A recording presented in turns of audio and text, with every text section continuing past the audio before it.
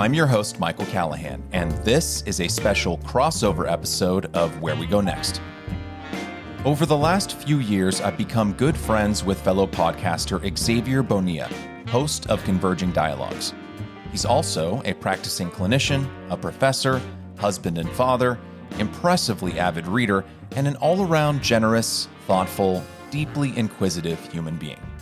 If you're unfamiliar with his podcast, Converging Dialogues is an interview-based show like this one, and he has on expert guests in the fields of philosophy, psychology, politics, history, social issues, and more. He brings an academic, research-forward mind to his conversations, and he takes his guests to some fascinating and truly informative places. Xavier and I have been talking about ways to have each other on our respective shows, and we finally landed on what you're about to listen to. A single episode we're simultaneously releasing where each of us is both guest and host at the same time, in a conversation focused entirely around why and how we podcast. And I think it turned out well. I found Xavier's thoughts to be characteristically insightful, and this is my first time talking this openly about my process, how I prep, why I choose certain guests, and what techniques I use to steer conversations in hopefully novel and worthwhile directions. Just before we get to that, though, I have one big announcement. Starting April 2nd, Where We Go Next will be a weekly podcast. There are a few smaller changes coming along with it, but that's the big one. I've been wanting to make this move for months, and I'm excited to have even more conversations with guests I think you're going to really enjoy. And I usually put this at the end of the episode, but in the spirit of change, I'm going to say it here. If you like this show, and you're as hyped as I am about it going weekly, please take a moment to text your favorite episode to a friend or family member, or post it on your social media platform of choice. Because if you can help me grow our audience, Where We Go Next is only going to get bigger and better. And that's a win for all of us. Thanks for listening to this longer intro. And now, my conversation with the host of Converging Dialogues, Xavier Bonilla. Xavier, thanks so much for joining us. Thanks so much for doing this. Well, I'm glad that we're both glad that you're here. Yes. I wonder where we're going to go next. So that's what's important. This has been a long time coming. You and I have been friends for several years now. We first met online all the way back in 2020, I think, shortly after both of us started our podcasts. My podcast started in late September and yours started in early November. Do I have that right? Yeah, that's right. That's what's so interesting is that we kind of started unbeknownst to either of us around the same time. I think it's like a 2-month separation there. I'm looking forward to this conversation because it is going to be different, I think, than the kind that either of us are used to on our respective podcasts, because you've interviewed hundreds, and I want to make sure I have this number right. As of this recording, you have conducted 302 interviews in about the same amount of time that I have conducted, as of this recording, 94. So you're a little more prolific than me, but we decided to do something a little bit differently today because we wanted to have a more free-flowing, not a host-guest dynamic, so to speak, but two hosts of two podcasts who like and are familiar with each other, who want to talk about our experiences being podcasters, how we've grown over the last several years, some of the more interesting conversations we've had, how we've changed, and kind of just see where it goes from there. Yeah, that's absolutely right. It was cool because we've been wanting to do this for a while. And then it's how would we do it or what kind of topics? And I think it's a cool, at least for me, a sort of a challenge because you're right. I'm either most of the time the host like you are, and I've been on a few other podcasts sometimes as a guest, but that's not very often. So this is cool because we both are hosts all the time. So we both are just talking to each other about that. I also thought about like, what's the point, right? Like, why would we do this? And so I think there's definitely a healthy amount of listeners that listen to both our podcasts. A decent amount of cross-pollination. Yeah. I think that might be interesting for those listeners in particular, if they listen to both and be like, oh, wow, there's like a link up, a mashup or something, right? That could be cool in that way. A crossover episode, if you will. Yeah. Or like, what was that album called where Jay-Z and Linkin Park did the mashups? Oh. Collision Course. Yeah. Right. I'm not sure who's Jay-Z or Linkin Park in that scenario, but we can let listeners figure that out. But I'm crawling in my skin with that comparison, Xavier. That's funny. So I was thinking about, it's like, what's the point? And I think that, as you were laying out there nicely, is we both have done a lot of episodes. We both have been doing it for the same time. And I think that even before 2020, there was a plethora of podcasts out there. And there's all these reasons of like, well, why should someone do one, right? Why should you do another one? I'm sure there's something like what you want to talk about out there. And I think it's interesting how generally the landscape of media has changed and altered and evolved. And there's obviously pros and cons to podcasts, but I think that there's a bunch of things you've learned. There's a bunch of things I've learned, but I think that people can hear and listen to how we've figured out what makes sense in terms of content, but also in terms of responsibility or ethics or respectability or things like that. So I think there's a really cool, instructive way, maybe a little meta, but I think there's a cool, instructive way of saying, like, here's some of our experiences, but also why it's important and why it's important in a fast evolving media landscape. What would you say is the main thrust or theme of your podcast in your words? And then number two, to something you just said, there's hundreds of thousands of podcasts out there, millions. What was the inciting incident that made you decide to start your own, knowing that there were already so many out there? I think for the podcast dream, which is still, I guess, kind of there, is I legitimately wanted to do live, not like recording live, but have people of totally different perspectives or opinions or positions or whatever, and have a space to have a dialogue. So the name is intentional. It was not meant to be a debate. It was not meant to be an argument or things like that. I see all those things a little bit different. Dialogue is how do you listen and hear from somebody's position or wherever side they're on, and listen and try to learn something about that other side or that other position that's not your own and what you can glean from it. And then hopefully the other person would do the same. And then you converge somewhere in the middle, hopefully. There's more divergence, maybe. I don't know. But yeah, that was the idea. And I've done that a few times. It's a lot harder than I realized, mostly because people are very skittish about doing that. Some people, they have legitimate like career things that they don't want to get involved in. I understand, but a lot of people are very somewhat agnostic to it. Maybe they've done debates with other people before and they feel like it's a kind of a secret ambush or something. And what became out of that very quickly was, I'll just do it then. I'll be the person that talks to one person of one view, and then I'll talk to somebody else that has another view. So it could be on, pick your topic. Let's say abortion. That's an easy one, I guess. Someone's pro-life, and then next week I talk to someone that's pro-choice. And then I release them not next to each other necessarily, but somewhat more connected. That more or less is how it's fallen out. Of sorts is like, oh, okay, this is usually how it goes. So you gazed upon the podcast marketplace and could not find what you wanted, so you made it yourself. Yeah. So that kind of goes to your second question about, yeah, there's a million of these podcasts. Why at that time? People had friends or other people had told me, they're like, you might be good at that. And I was saying, no, I'm not good at that. I don't know. I'm not going to do a podcast. That sounds ridiculous. There's a million of them. And they're like, you should do it. You should do it. And I was like, I don't know. 2020 was during pandemic. So I think for most people, early March is the pandemic and people were inside and thought it was going to be the bubonic plague again or whatever it was in March. And then we realized it wasn't that bad.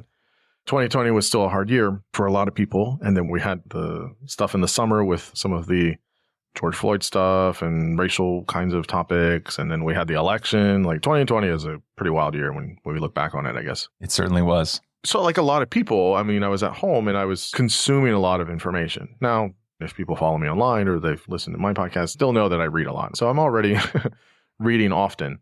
But I was also consuming news and consuming other things. I just felt like I was getting a lot of information overload of sorts. And I was like, I should do something with all of this. I think I'm an okay writer. Some people say I'm okay, I'm good, but I don't know. And I'm also kind of a perfectionist with writing, and I'm like slow and it takes forever. And I enjoy writing, but I don't enjoy the process of writing. It's a lot for me. I like the end result, but like the process isn't enjoyable. So I'm like, okay, so I don't do it that often. So I said, well, I talk way too much. I listen to people for a living. You know what? That might be okay. So then I said, the podcast actually might work. So then I said, that makes sense. So I'll do it now. This is a way for me to take all the stuff I'm learning, take all the information I'm getting, and how do I put it back out there by engaging with people that I'm reading their work or reading their research or reading their opinions.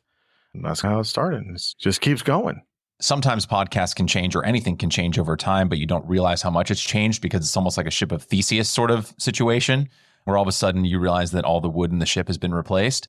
Do you feel like the Converging Dialogues podcast of 2024 is the same one as it was in 2020? Or do you feel like it is much different now or somewhere in between? I would say that it's like the band that's been around for 20 years and there's 2 or 3 original members and then there's 2 or 3 like newer members. Always had varied interest in philosophy and history, obviously the social sciences, clinical psychology in my world, politics. I actually really love politics, the study of it. But yeah, there's just a lot of that stuff always, but I think, you know how it is when you start out, you kind of have to build.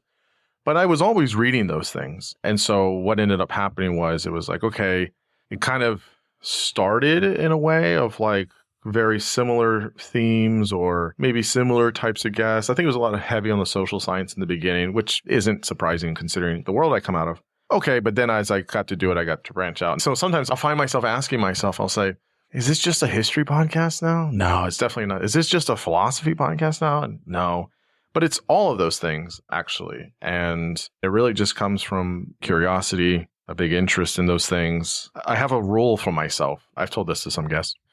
I will not have a conversation with a guest if I have not read their book in its entirety beforehand, if they've written a book.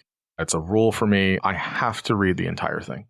So, yeah, I really will have interest in a lot of different things. It's not like a publisher said I should have someone on, so I should do it, or someone told me. Like, I really genuinely have that interest typically of what the person is, and I've read the entirety of, if they've written a book, what they've written. So that stuff's just important to me. Yeah. So it's definitely evolved. How many books would you say you read a year on average? I can tell you my Goodreads. I have been keeping track of this since 2020. In 2020, I read 123 books. In 2021, 130. In 2022, 127. And in 2023, 122. So about 120s every year. A book every 3 days. So I have books everywhere in the house. My family hates me. It's the space is really the issue. And I'm always reading different things at the same time. I don't just read one book, finish it, and put it down. I'm reading like 4 or 5 at the same time. I'll read like 2 chapters in one. I'll take my notes. Okay, I'll think about it. And then I'll like, okay, let me pick up the other one. So if I'm reading something on suburbs in the United States and what that's like, okay, I'll read a couple chapters of that. And then I'll pick up the other book on, neuroscience or history of the Mongol Empire, whatever. I just try to mix it up so that way it keeps me interested. And so. That's cool. I can't imagine jumping around like that. I feel like my brain would get scrambled. That's a real skill. I enjoy reading. It's my favorite pastime.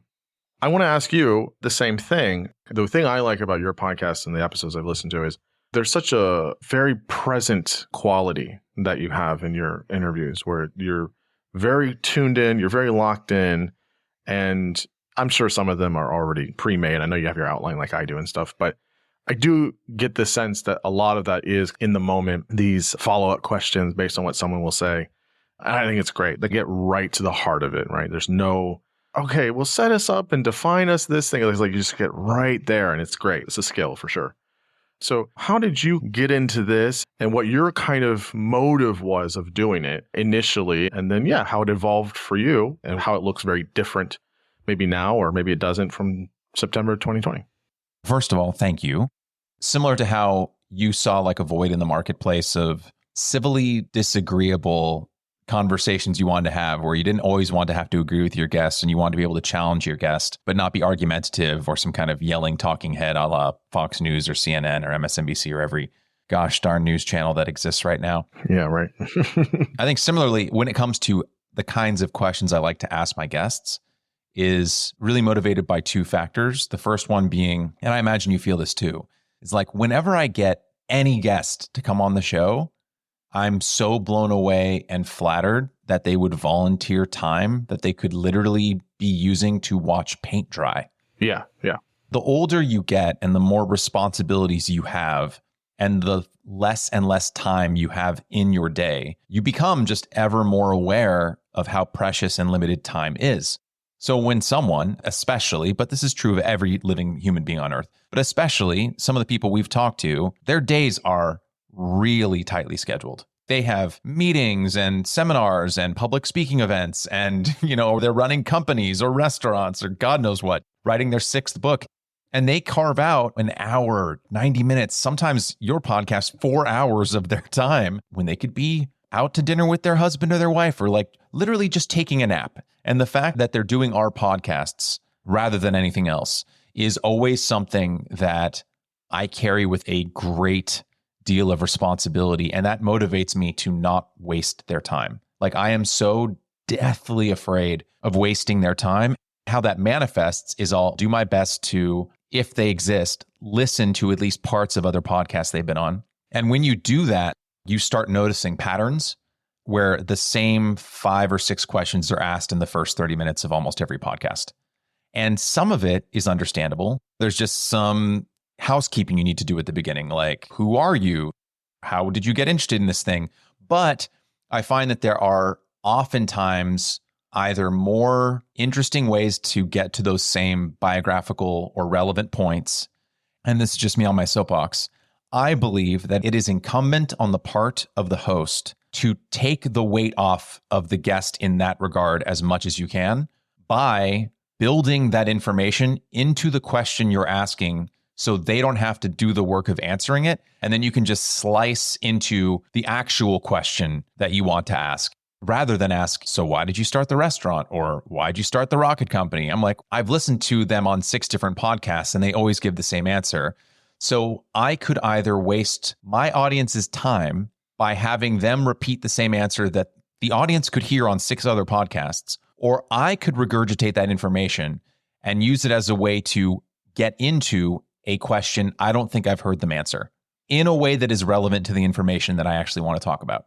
That's one. And then 2, when you're actively engaged in listening to a guest who's really interesting talk about something, you'll be thinking of questions in your head as you're listening to it, hoping the host asks them. And oftentimes there is such low-hanging fruit, like a guest will be like, and that's when I realized that my sister had been kidnapped. And you're like, oh man, wow, I can't wait to hear about how the kidnapping resolved itself. And then the host will be like, so moving on from your teenage years, I see here that I'm like, no, what? No, stay here. Stay on the kidnapping. Right. Or no, what happens other than that is that they'll jump to, so tell us your thoughts on climate change. And it's like, wait, no, I don't care about that right now. Just tell me about the kidnapping. Exactly. You know, when I'm able to remain present, because it's hard, remaining present in a situation like that. This is why I have such a deep respect for actors, because in a way, we are doing a variation on what actors do.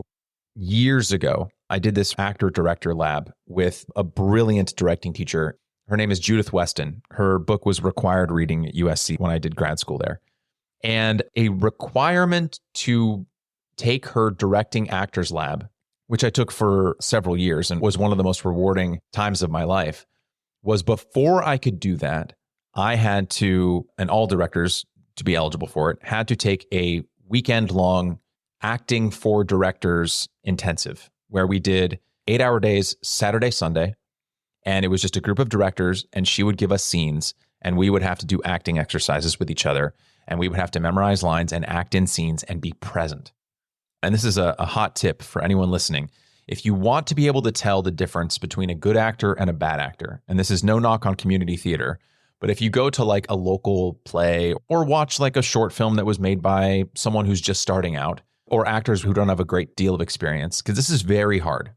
It's very hard to both memorize all of your lines and all of your blocking being where you move in and around the scene, to memorize all of that and be present enough so that if you and I were doing a scene together, Xavier, I look like I'm actively listening to everything you're saying. And when I respond, I deliver my memorized lines in a way that makes it seem like I just thought them up and I'm responding to how you just delivered your lines.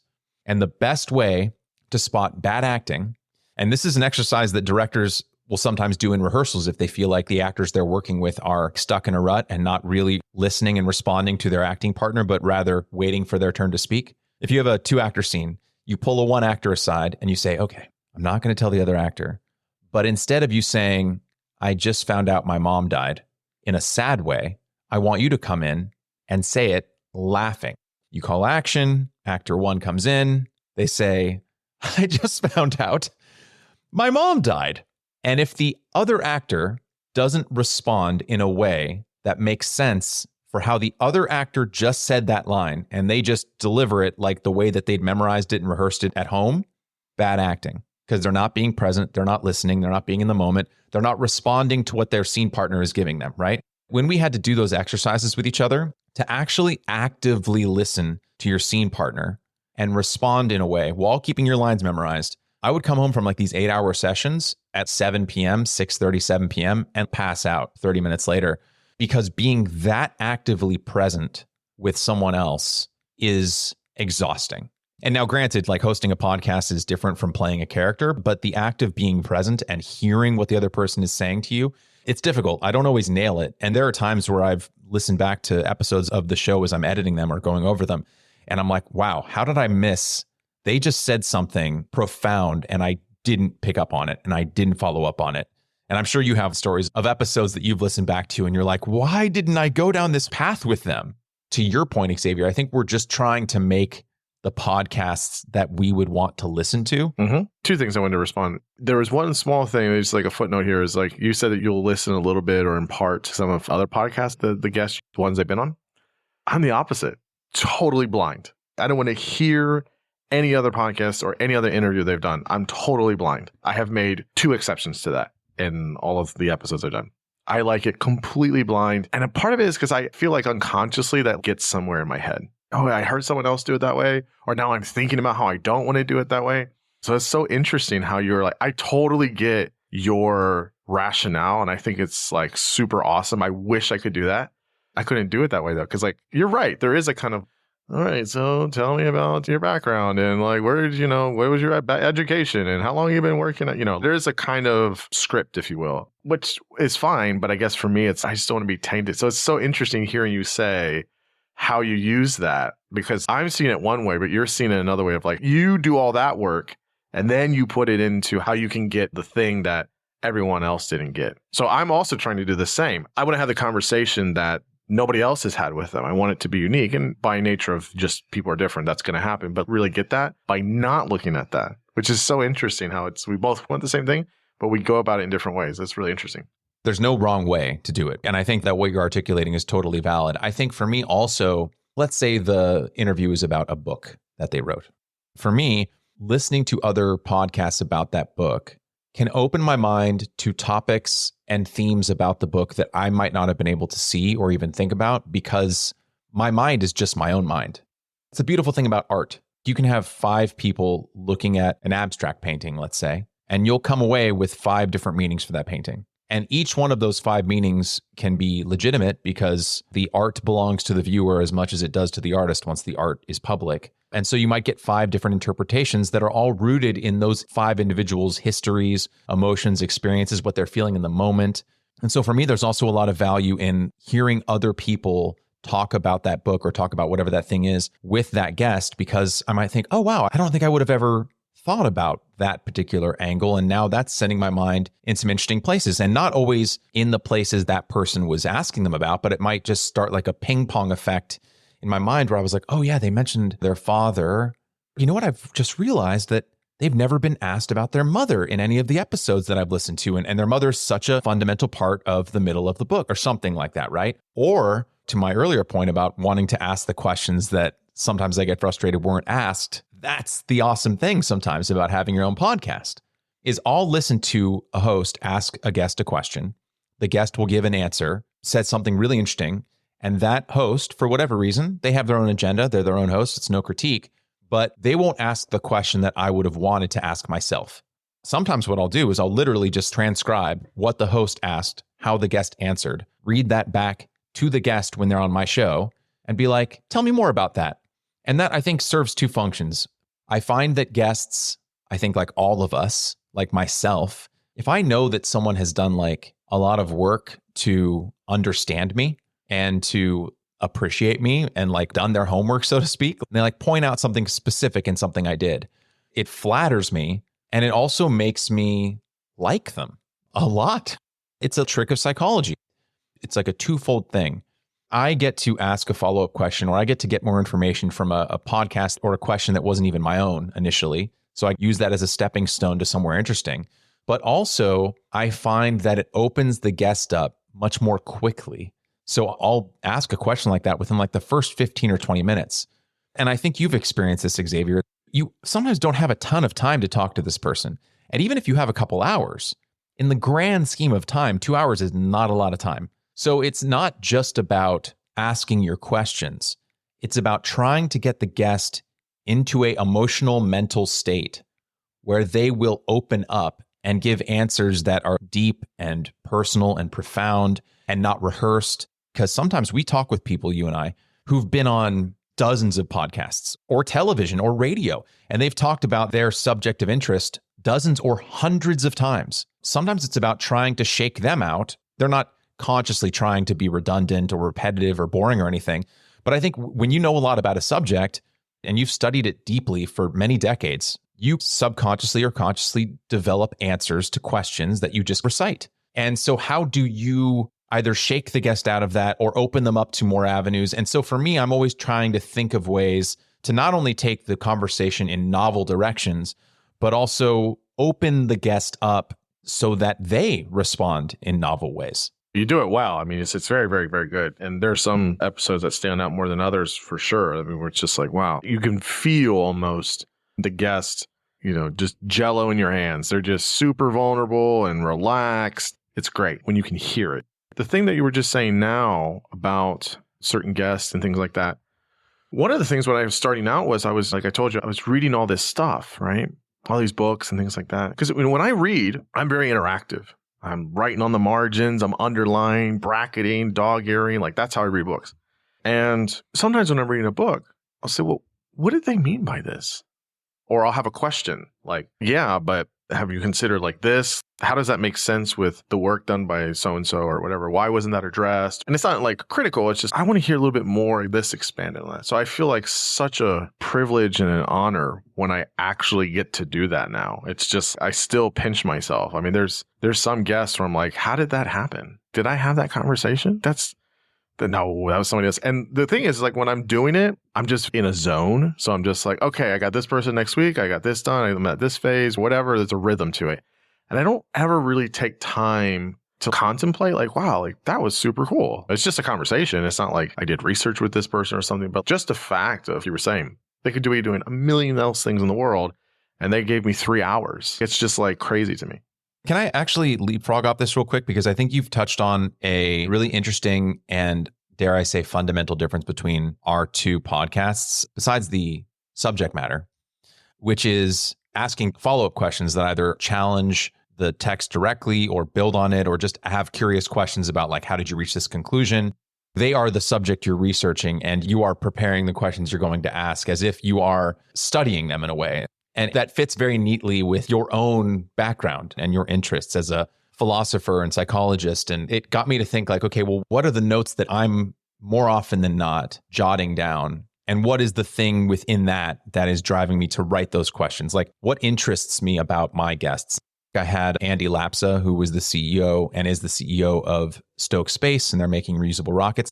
Those conversations will often be more technically focused and more about, I think this technology is really cool and I want my audience to learn about it. And so we're going to do a deep dive on the tech.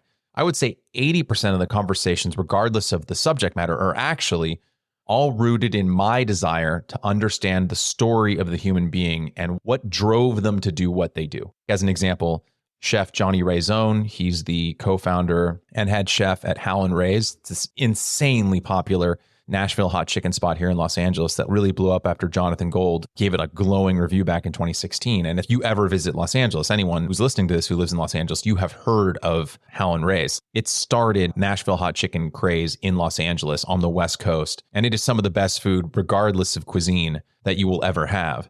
And for me, it was not just wanting to talk to him about how awesome I think his restaurant is, but I wanted to find out what specifically drove him to do this.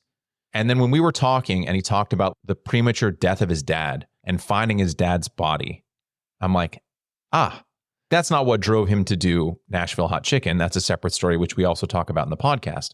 To use one more example, I had the pleasure and honor of speaking with Andrew Sullivan, a very well-renowned, famous cultural journalist out of Britain, self-described more conservative in the UK sense, writer who was a very early advocate of gay marriage and gay rights in general in the UK and also here in the US. And he's a brilliant writer. And I had him on in the context of discussing the anthology of his works that he collected into a single book called Out on a Limb. And I spoke to him after the book had been out for a few months. So I listened to him talking on NPR and I listened to him talking to these other places. And I come from a writing background myself, and I'm listening to all these conversations and even conversations from like decades ago. I was like, let me listen to like young Andrew in like 1994 and see what people are asking him about then. And they're all just asking him about his political views, which is fair. Most of his articles are inherently political. He writes about politics. But for me, I was like, what is it like to be someone like Andrew who loves the written word, who loves writing, but the thing that he's driven to write about isolates him from so many other people? When he was writing in the late 80s, early 90s about the AIDS crisis, when he was at parties and watching his friends die? Or what is it like to write something that you know you believe in, like fighting for gay marriage against a conservative base that disagrees with you? Or writing about some topic that's more conservative and then you have liberals hating you? What is it like as a writer who's writing about topics that isolate you from other people? Because writing in and of itself, even if you're writing about non-political things, is an inherently lonely profession because you have to squirrel yourself away and just be by yourself for hours at a time. So what is it like to already be doing a lonely profession like writing, but then also be writing about topics that further often isolate you from society because maybe they just disagree with your views or even hate you? I really felt like I was able to get to something with him that I hadn't heard anyone else talk about. I love to try and get to the understory of what drives the person to do what they do, whether they're a journalist or a restaurateur or a CEO or an educator. What would you say is the thing or things that you look for, or is there any kind of binding cohesive tissue that you could connect like interview to interview regardless of subject matter? Yeah. As I was listening to you say all that, I had a few thoughts about, it's very interesting. You're very person-centered. You care really much about who they are. Like, yeah, okay, Andrew Sullivan writes about politics and he's wrongfully aligned on certain topics or whatever, or maligned, on certain things. That's such a nice way to think about a guest. Let me cut through all of that and let me get the thing that most people aren't getting, because that would be interesting. I'm a little bit different, and I think I know why. In my day job, I'm a clinician. I'm a shrink of some sort, whatever you want to call it. I'm a therapist. At the moment, I do therapy all day, right? That's what I do, and with different populations and things like that. I've done different things before within psychology, but for now I do therapy. I also teach as well, but just part-time. And I don't do that the way you do it not because I'm less interested in people. I'm obviously very interested in people. I went to school for a long time to figure out human behavior. But two things. I'm very transparent about what I do for my day job. I feel like it's a little bit different for me. If I start asking about people's like kind of personally, like how they do things or whatever, there's that whole like, oh God, like he's analyzing me or something like that. And so I get that a lot. So it's harder for me in some ways, but also the moments I have done it, I won't say which episodes, but there's been one or two moments where I've done this. That is something I can't turn off. I just go into therapy mode. Like I can't not. Then this isn't a guest for me. It's not a client, of course, but it sort of kind of feels that way. Because then like I can't, if somebody says something like about their mom or their dad or whatever with the interpersonal relationships, if I start thinking that way too much, then like my follow-up questions are very clinical or therapeutic. I can't not think that way. It's a little bit harder for me. So your insights into what drives you to ask questions in a certain way, or what keeps you from asking questions in a certain way, I think that's really interesting. My way of doing it isn't better. Oh, no. No. The way that you ask your questions is great. Yeah. There's nothing lacking. No, I didn't take it that way. I'm just saying I really like how you do that. And there are moments where I wish I could do that. It's not that I don't have the capacity to. It's just that whole thing of like, I can't turn it off. I guess where it's, again, similar kind of framework maybe, but just done differently. So I tend to be a little bit more, again, this isn't to say that you're not, but I tend to be a little bit more cerebral in some components here, or maybe information heavy in some ways. But my agenda, if, with scare quotes, is I don't really have one. You don't either, which is great. I've heard so many podcasts. We can name names if we want, but we don't have to. Where there's an agenda. I was making a joke earlier, but it was like, they're telling you about something that they just wrote a book or they have certain research they're doing. And they're like, okay, so what do you think about race relations right now? Or what do you think about the upcoming election that's going on? It's just, what is this? How are we fitting this together? The person that has a podcast could be like a big name or they could have a big podcast. So maybe they get a little bit away with it. But my agenda is the person. Whatever they're into, that 2, 3, 4, whatever, how much time I have with them, that's all I'm into. I'm not thinking about anything else. That's why I don't really talk about my day job that much or other things. I might make references to it, but it's not about me or it's not about other certain aims I might want to do at the podcast. Like literally each guest, 110%, whatever they're into, I'm into it. And I will, I think sometimes try to rub off on that of sorts of like, okay, tell me everything. Because the thing that you said earlier is how it translates practically. I think of it as such a gift, such a blessing. Why would I spend time trying to fit it into an agenda or a lens that I have or whatever that I want to do? And if there's a little bit of me just by temperament where I'm not really into one or two things too much, like I do like different things, but even if that was the case, whatever they're doing, that's what I'm into. I want to spend all of my time downloading everything that they can give to me. So my questions are always about the best version of that person based on what they do. So when I'm talking to a neuroscientist, I can use some of my understanding of neuroanatomy and neurophysiology and biological bases. Okay, that's cool because that can really help where they can be like, oh, okay, this person isn't completely ignorant about this. I can go along with this and that can push it. And if I don't know something, I say something. And stuff with history is like, history's cool because it's like, tell me everything about the Mongol Empire or whatever it is. It's great. Like I want to get all of that. I will say that where things do cross with my interests, so let's say it's in social sciences generally or psychology or things like that, it's a little bit like, oh, I'm fluent in this language. Oh yeah, that's kind of home base. I know this stuff. Okay.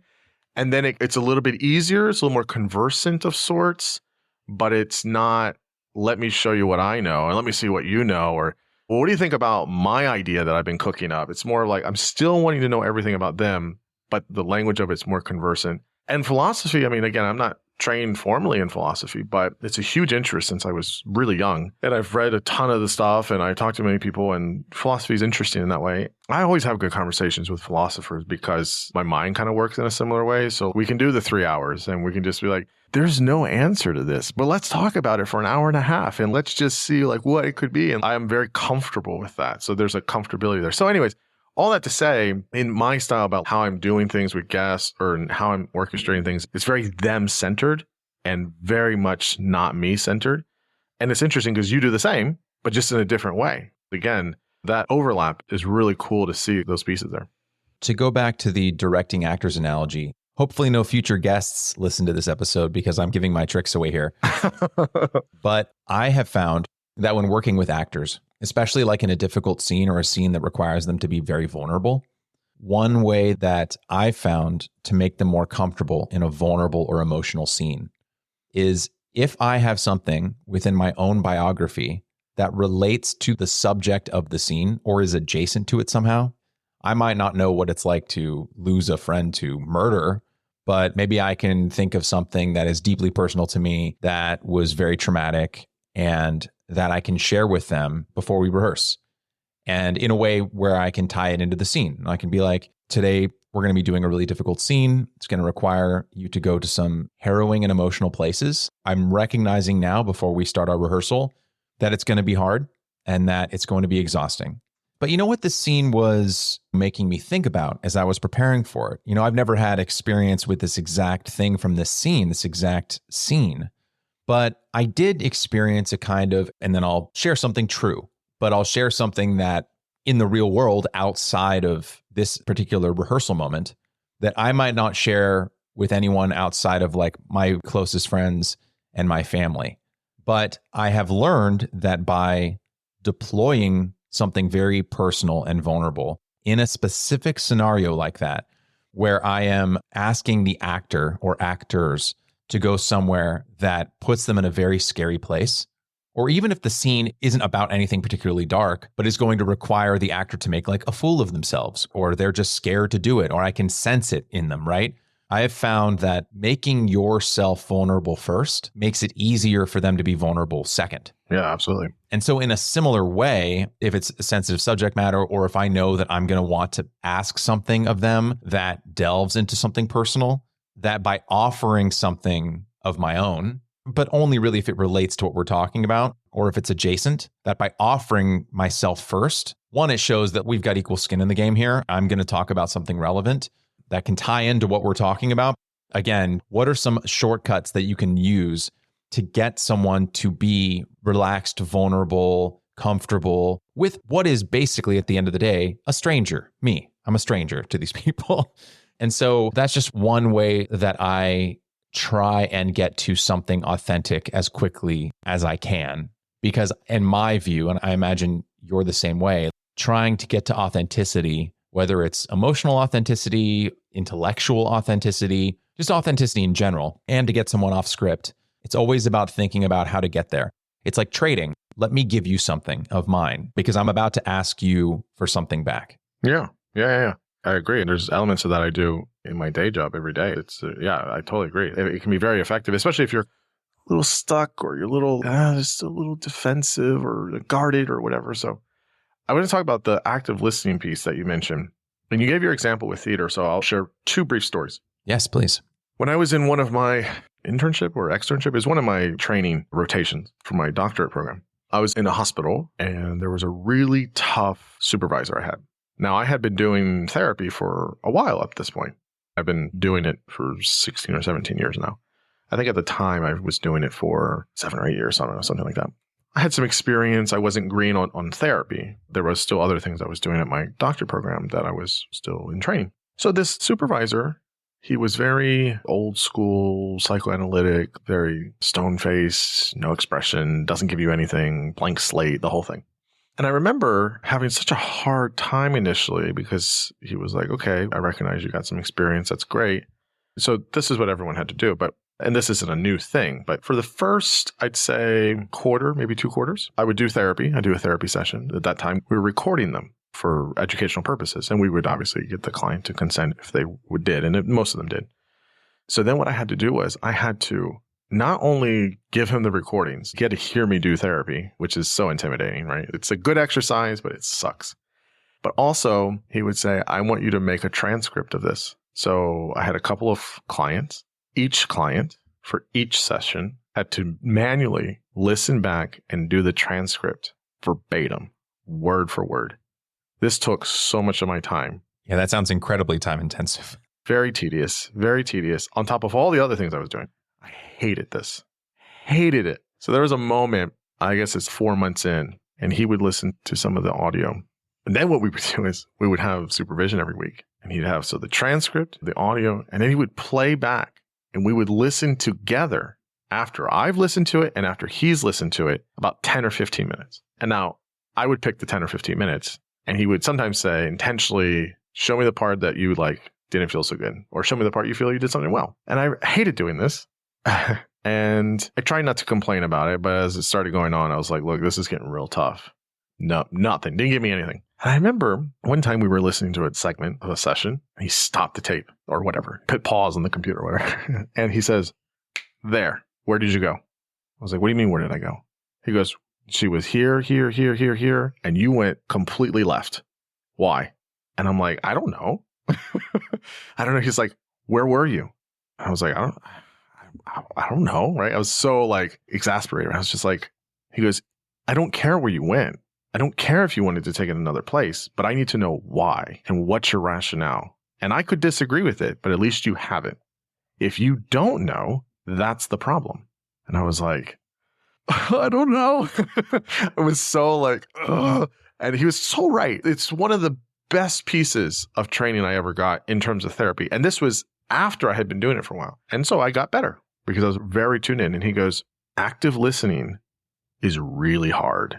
And it's very hard to master, and empathy and things like that. And he goes, but this is where you're connecting. It can't be where you want to go. It can't be necessarily what you think is right. It's where are they? And can they go there? Or can they not go there? What are they giving you? What are they not giving you? So we had other interactions with this. I think the second half of the year, he said, we're good with the transcripts. You don't need to do that one more. Just one day out of nowhere. I was like, oh, God, relief. And then it was like, you know what? You don't need to send me the audio file. You're a good place. Now I trust you. Now I've built this. So there's like a kind of like real layered thing to this. And then eventually at the end, it was, how was the week? Session's good? What did you want to bring up? It was incredible how in a year it did that. Again, after doing therapy for 7, 8 years, that just pushed me light years ahead. So I know exactly what you mean by that. And the second story I'll tell you is I told this story. So I had Isaac Butler on. He wrote a fantastic book called The Method about method acting. It's fabulous. People should read it. They can listen to my conversation with him. We've become buddies now. He's cool. We still keep in touch. So I tell this at more length, but the short version is that I did a Stanislavski method acting for about a year when I was younger. And I remember when I got asked to do it, the guy that was putting it on, he kind of ran the theater studio. He was doing a play on Crime and Punishment, which is probably my favorite novel at the very least, one of my favorite books. And I had always wanted to do a screenplay, to adapt one, and definitely with that book. We had a long conversation, and he really loved all of my knowledge and my love for it and my ideas. And he said, let's do this together. We'll adapt it together for the play. I said, great, let's do it. Yeah, this was like my favorite book. I had portions memorized at one point. I had it all marked up. I was ready to go. To this day, I read Crime and Punishment once a year. I read it every year. And he says, one condition, name it. He said, you have to do the 9 or 10 months of Stanislavski method, acting the whole thing, and be in the play. I did a little acting when I was younger. I said, no, I don't do that anymore. I said, I just want to do the writing part of it. He goes, no, you need to know this way, and you need to know this way for the actors. You have to be able to have that connection. And I pushed back, and he said, that's the offer. Take it or leave it. Well, I don't have any money. He goes, do the scholarship. Don't worry about that. So I agreed. So I did it for 10 months. I was in the play, whatever. It wasn't like a big thing, but I did it for the screenplay piece of it.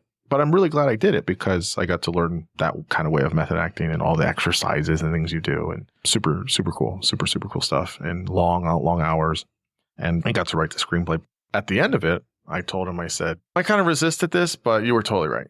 There's no way I could have at all been able to explain, like I could explain the story and explain the, like to understand. And again, that whole thing of like, how do you listen and how are you able to connect when someone can't get there? So it's really interesting because I don't think about any of those things when I do a podcast, but it's in there. It's in there. After an experience like that, I can't imagine how it's not. Yeah, but those two things though are not in the podcast piece of it, but like kind of like clinical world in my day job is definitely listening, of course. And then even in that experience in a performance space, it's there. So I'm pretty sure unconsciously or maybe implicitly comes out in a podcast with a guest. To touch on something you just discussed, because this was a big theme in my learning to be a director back in the day. And this was a note from Judith. Whenever you're analyzing a script, make note of all the places where you really liked in the script or like the things that really excited you, but you also had to write down and make note of what she labeled as resistances. What parts of the script, what characters, what environments, what moments that for whatever reason, you as an individual human being while reading it, consciously or not, are resisting. And that could be like, I feel like this character is evil, or I feel like this character is annoying. I don't buy this character's motivations. I find this scene dull. And you had to make note of it consciously and confront what you were resisting in order to get somewhere better. Because if you didn't confront what you were resisting, you couldn't do your best job as a director because you wouldn't be able to be there for the actors when they needed you, because you would be biased against the text. And it was your job to bring the text to life as best that you could. And if you were resisting things within the text by judging them, by thinking they were less than, by disagreeing with the writer's choices, whatever the resistance is, you were never going to break through to something better. And I find that, in my view, you're able to apply that same philosophy to pretty much any aspect of life. We all have things inside of us or in front of us that we're resisting, consciously or not, that are getting in the way. And until we realize that we're resisting them, and more importantly, why we're resisting them, only by confronting those things and breaking through can we actually grow and get to actually interesting places. And so just hearing you talk about, in both of those stories, the thing that pops out to me is resistance. Yeah. Oh, yeah. You wanting to resist doing this thing that for whatever reason, maybe it was scary or just a lot of hard work or just a huge time commitment, or maybe you weren't sure if you could do it or not. And then also with your therapy mentor, so to speak, almost resisting the feedback. But it's interesting. It's like once you confront it and you're like, okay, here's this thing I didn't know was kind of in my way or blocking me or preventing me from being better or self-actualizing or breaking through, whatever it is.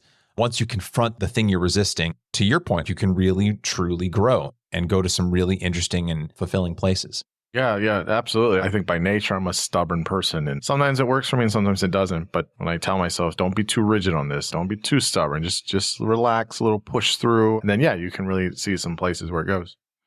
I'm curious, we don't have to make it too specific if you don't want to, but what's your process for like each podcast you do? Finding guests, how do you choose them? Is it by topic? Is it by guest? What's the work you're putting into it? So I know you put an outline. How do you usually do that? And then do you have limits or boundaries, or what's the contours of it for like doing it, like time limit or whatever? And then afterwards, like how much are you kind of editing it or not? How much do you put into promoting it or sharing it or whatever? Just I'm curious about like what's your start to end process, and less so about like the specifics. You can tell me specifics, but like more so what's the underlying ethos about all of that as you're doing it? So in terms of how I choose my guests, it really is a function of what I'm interested in and what is either engaging me or agitating me at a given moment in time. And I have a pretty wide array of interests.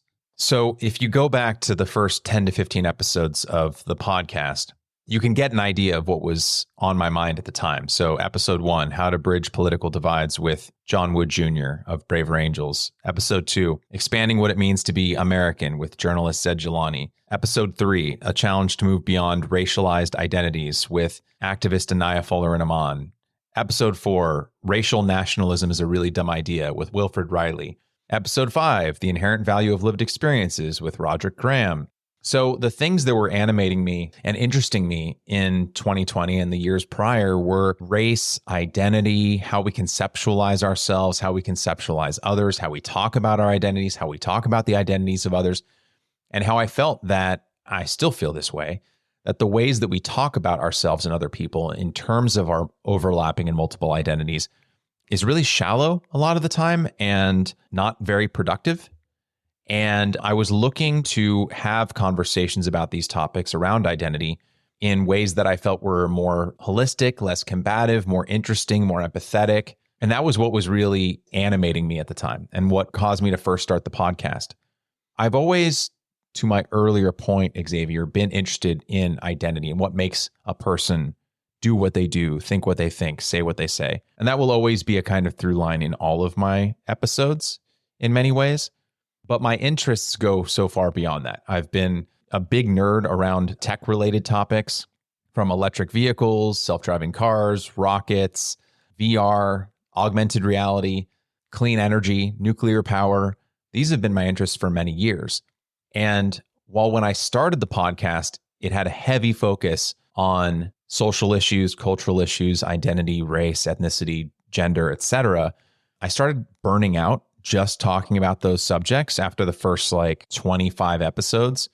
And you can see over the next couple of dozen after that, the topics just start expanding and expanding to a point where now the name is meta. It has dual meaning. It's both, where do we go next with something like nuclear power? Where do we go next with stand-up comedy? Where do we go next when we're trying to solve poverty in America? But it's also, where do we go next in terms of the thing that is going to be interesting me a month from now? Because I go through little mini obsessions. Like last year, I went through a huge chess phase that lasted about 6 months, where I was playing probably 10 games of chess on my phone every day, nonstop. I was watching YouTube videos on chess. I was reading books about chess. I was just obsessed with chess. And then one day I wasn't. And I still like chess. I still play with my wife, Anne, occasionally, but not every day. But when I'm in it and when I'm obsessing over something is when I want to talk to people about it while the iron is hot in my mind, so to speak, because that's when I'm at my most excitable and engaged. In terms of how much time I spend with each episode, it ranges, but it averages about 10 hours of prep time per guest. Sometimes it's much more. Sometimes it's a little bit less. I would say I don't think I've ever gone under 8 hours of prep for any particular guest. I don't think I've ever gone over 20 hours on the high end. That's how much I would say I prep. And then obviously there's the actual recording, then there's the editing afterwards, then there's creating the audiograms. Every decision that you make is also a decision to not do something else. Every minute I spend doing A is a minute I could be spending doing B, but I'm actively not doing B. And so it's always about a balance of how much time do I spend on every task that is directly or loosely related to the act of podcasting, and where do I put my efforts? Yeah, a lot of that resonates for me as well. I don't know how to do promotion. I don't know how to formally do that. I'm pretty terrible at it. I guess that there's a question I'm having. I have an answer, so I want to ask you first and see what your answer is, and then I can give mine.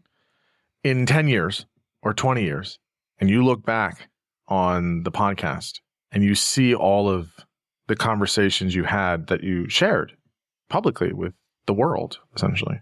What do you want to feel when you look back on the time that you did the podcast? Maybe you're still doing it then, I don't know. But how do you want to feel about this period, at least, or doing it as what you've left for others and what you've left in the world? How do you want it to be received, or how do you want to feel about it, I guess?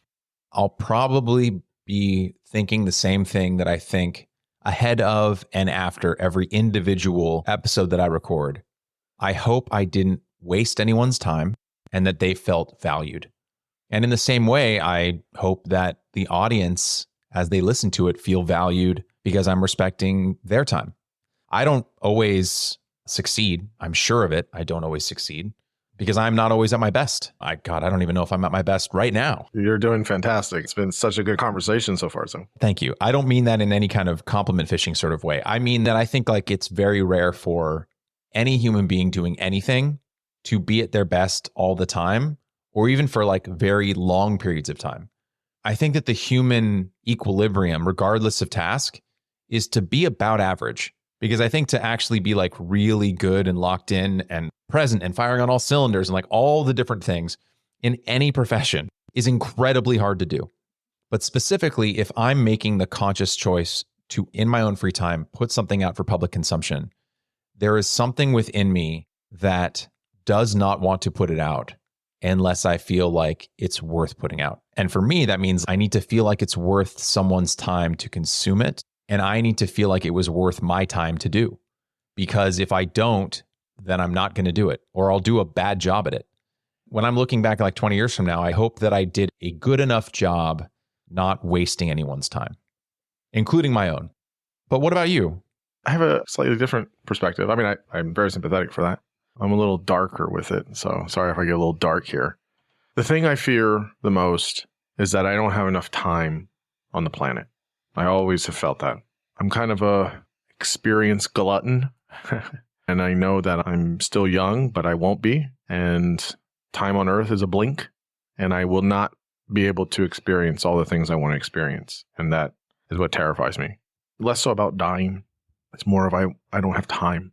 In the grand scheme of things, I'm nobody. I'm not making a huge impact, maybe like other people have. And that's okay. I don't really want to do that, actually, in some regard.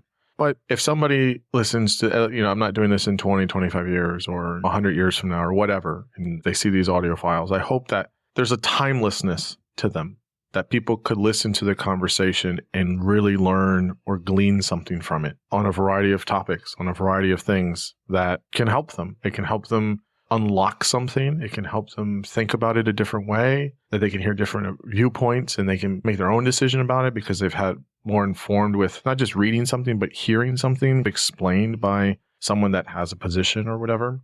I said at one point that it's not about me in any way. And that's true. I'm very much about the guest. But there's another sense in which it's entirely about me. I pick the guests. I pick the topics. I like these things. I do it for me. I don't do it for anybody else necessarily. So listeners get to come along for the ride. They don't know what I'm releasing on Monday. They don't know what I'm releasing on Thursday. It could be about philosophy, history, 16th century Dutch artists. It's not going to be too far off usually, but yeah, it can be sometimes really different. And I like that. I think that's cool. So in that way, I guess it is in terms of the topics and the guest, and very thoughtful about that. To that point, I think in any creative endeavor, whatever that might be, you have to be selfish in order to make something good. Yeah. Yeah. You have to do it for yourself, whatever that is, whether it's a painting, a conversation, writing, music, etc. you have to be driven by a selfishness of like, I am making this because this interests me. Because if you try to make it for someone else, one, you'll never succeed because we only know our own minds and our own interests. But two, I think like people can feel it. Like you can feel when someone's trying to make it for someone else. Some selfishness is required in an endeavor like this. Absolutely. And there will be moments where the way I ask a question or the questions I ask, and sometimes I do give my opinions about things with conversations with people. I don't know. My daughter's almost out of the house, but I told her in a very kind of dark humor, when I'm gone and I'm dead, you can listen to so many hours of your dad if you want to on so many topics with so many people, right? And she's like, oh, Dad, don't say that. I don't want to hear that, right? But I don't know. I think that there's something that lives on when you're not. There were moments captured in time that, that are there. And I think to that end, about the, I do this for me and who I pick the guests and the questions I ask and how I do it is for me. And I think for that, I have this incredible weight of responsibility, not weight like it's holding me down, but I enjoy what I do and it's a labor of love. Again, I don't make money off of this, any of that. But I have that weight of responsibility in a good way, kind of like a badge of honor sorts of like, yeah, you do this and you do it right. You do it the best you can to be responsible, ethical, clear, some epistemic humility, transparent in some ways, all of those things. If you're going to say something publicly, and if you're going to say something publicly, maybe with some sense of authority or something, you should do everything you possibly can to be honest about what you know, what you don't know, how responsible you are with it. That's, for me, super important because you don't want to directly or indirectly maybe mislead someone or anything like that. And I'm not perfect. I get things wrong. But I think if you try and you make that attempt as best as you possibly can, I think you can have good product. I think you can have good art, the art of good public conversation, if you will. I mean, not that I'm a standard by any means, but I think if just generally people find out how to do that for themselves in those kind of contexts, I think society and communities could be a lot better in that way. So I try to do what I think many people should do. And I get it wrong, but I try my very hardest. So you want to be of value and you want to leave something of value. Yep. It's very nicely put. Are there any podcast related goals that you're aiming to achieve in 2024? Because I think you and I are similar in this way that for me to stay engaged with anything, I need to have goals or metrics that I'm aiming for every month, every year. What does that look like for you? This is going to sound like a contradiction, but I want as many people to listen to it as possible. So I'd like to grow. I'd like to have more people subscribe to the Substack and stuff or on the YouTube channel. It's fine. But yeah, I'd like more people listening to it. And it's not just the episodes. There's an archive of any topic I think that most people would like. I did 2 hours on the history of menopause. I don't hear a lot of podcasts do that. Like, you can listen to that. And Susan was lovely. She was great. Or, whatever the past conversations are. So it's not just what's the next thing. That's another thing I don't know how to do is how do I keep lifting and promoting previous episodes that I really believe in? I don't know how to keep doing that. It's hard to do. I don't think anyone's cracked that, though, to be honest. So more people. I want more people to listen to it. That's a goal. There's just a general list of people that I would like, the A-listers that I would like to get, Michael Callahan and others. So, I got one. There's a couple of people some big names I'd like to get, but I'm not like obsessed with it. My thing is like, it will happen when it needs to happen, and that's fine. Guests aside, is there a particular topic that you don't feel like you've touched on yet that you absolutely know you got to touch on this year? So this year, I'm trying to really pick and decide how I want to handle the United States presidential election this year, because it's an election year and what's the phrase? This is the most important election of our lifetimes. I don't think that's true, but I think a lot of them have consequence in some way. And I think this one's kind of unique, right? A former president going against an incumbent president. There's some uniqueness there. But I listen to some political podcasts and I listen to like the legacy media and I see what's online, and I just don't want to do the same bullshit. I want people to be like, okay, I hear all that. So that is the kind of thing where I do listen to all this stuff. What can I offer here that's not to be contrarian, but to be like productive? There's a kind of primary schedule and the convention and then the general election and maybe the debates if they happen. And so I'm thinking about certain people, but really trying to produce something of value that's a little bit different and helpful. I might get it wrong, but I'm trying to do some of that. I haven't done religion on my podcast, which that's a whole other conversation for another day. I think there's some purpose for why I haven't done that personally. I'm not afraid of it by any means. I'm pretty critical about dogma and doctrine of organized religions, but I do want to do more of that, I think. but again, in careful ways. So yeah, I think the election is the big thing, but I don't want it to be like, this is an election politics podcast. So I'm trying to spread it out, be very thoughtful about it and how I do it. So that's one thing, growing more people. But as far as everything else, I'm going to keep doing the same thing. A lot of different topics, a lot of different guests, long ones, short ones. That's all going to be the same. But in terms of all the particulars for this year, yeah, and I'm always trying to, I haven't really said it here in this conversation, but every single episode, I always think there's something I could have done better. Almost this obsessive pursuit of trying to get better on the next one. How I ask the questions. I'm hypercritical of myself. I like what I do. And sometimes I'll be like, yeah, that was a good question. I knocked that one out. Yeah, that's a good one. But then they're like, oh, all these other ones are terrible. So I am trying to kind of, with each one I do, get better and better and better. And yeah, what about you? Quick follow-up question to something that you said at the very start about what motivated you to start the podcast. You wanted to talk with people from both sides of the issue. So to reference an example you used, like abortion, you would talk to someone pro-life and then you would talk to someone pro-choice, and those episodes would come out relatively close to one another. Yeah. Do you see yourself doing more episodes where you have both of those people on at the same time and you facilitate a respectful conversation? I welcome it. Please, if you're interested, you can reach me at my email, get me on my Substack. I always want to do that. That's always on the table. It's just people are usually nervous, and not everybody, but I've asked certain people, even like bigger names, and they're like, I thought about this. There's somebody else I had on. You guys disagree? Do you think there would be something productive? And they might say like, maybe not at the moment, or kindly decline, or I'm not sure. But yes, I would gladly love to do that. For my part, it's going to be difficult to answer without just repeating everything you said, but you kind of... So there's a ditto on that. Yeah, my challenge is just to continuously try to improve, and also to just keep diving and delving into new and interesting and fascinating topics that are largely, or at least a little, foreign to me, because I feel like I do my best work when I'm at least 20% terrified. If I know something backwards and forwards, or if I'm too familiar with something, I can tend to get a little bit lazy because I just take for granted all the knowledge I have around a subject. But if I feel, especially if it relates to another person, or if I feel like I have an obligation to them, if I am like 20% at least terrified of like, man, I hope I don't mess this up because this is not really my field of expertise, or I don't really know much about this subject, and I have to try and at least get to a place where I can confidently interview someone who is an expert on this subject. Granted, I can't download 10 or 20 years of knowledge into my brain in the next week, but if I can at least learn enough about it that I can ask curious questions as a layperson, and at least act as a audience avatar of sorts and play that role so that I can hopefully bring the audience along with me and they can learn as I'm learning. That's something I always love doing. I want to definitely delve more into creative industries. Like, I've really enjoyed talking with stand-up comedians and actors, and I want to definitely do more of that.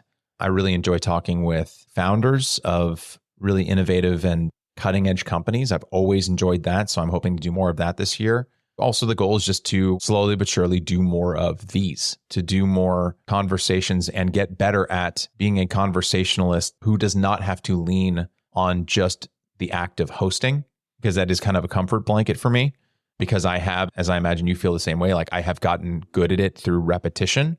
And also it is just easier to be the person asking the questions than being the person being asked. That's probably the biggest challenge, although that's outside of the podcast, as it were. That's just something podcast related that I'm hoping to improve upon. But yeah, I would say that's where I'm going next in 2024, Xavier. That's fantastic. Well, I'm sure our paths will continue to converge in many ways. Oh. I'll call you the Fellowship of the Ring.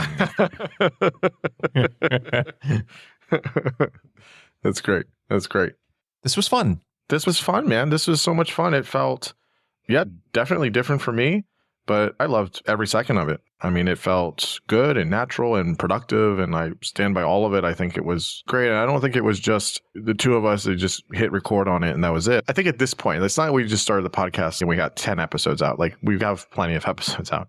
I think my impression is, does this get the most listens out of all of our episodes? Probably not.